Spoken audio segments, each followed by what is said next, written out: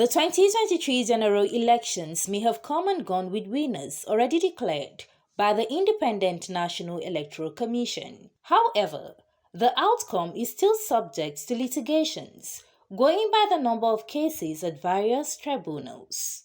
The European Union Election Observation Mission and other groups that monitor the elections have made public their findings and recommendations.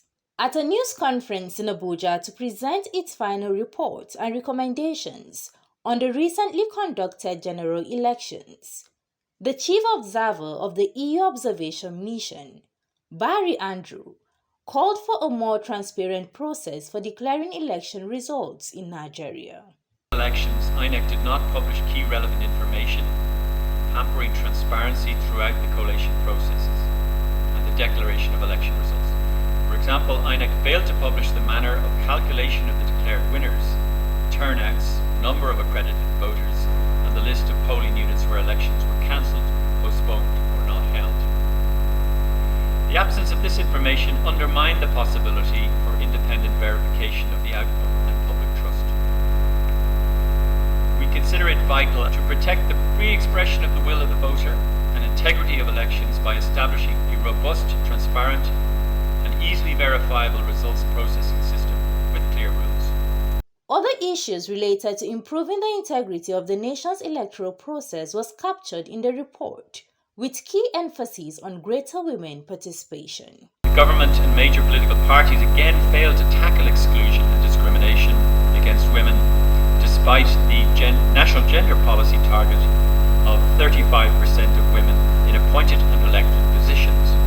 Women candidates at all levels of elections barely reached 10%. This long-standing discrimination demands urgent and robust affirmative action to ensure meaningful women's representation through special measures in line with the Beijing Principles and Nigeria's national gender policy to increase the representation of women as candidates and in elected office. Responding to some of the findings in the EU report, INEC National Commissioner Festus Okoye reassured Nigerians of the commitment of the electoral body to reforms that will add value to the nation's democracy. Recommendations have been made on administrative issues. As an electoral management body, we are going to harvest all those recommendations that border on administrative issues, and we are going to implement them.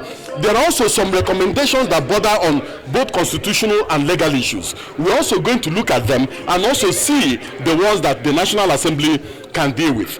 There has to be some level of fidelity with our institutions, with our democratic institutions. That is the way we can progress.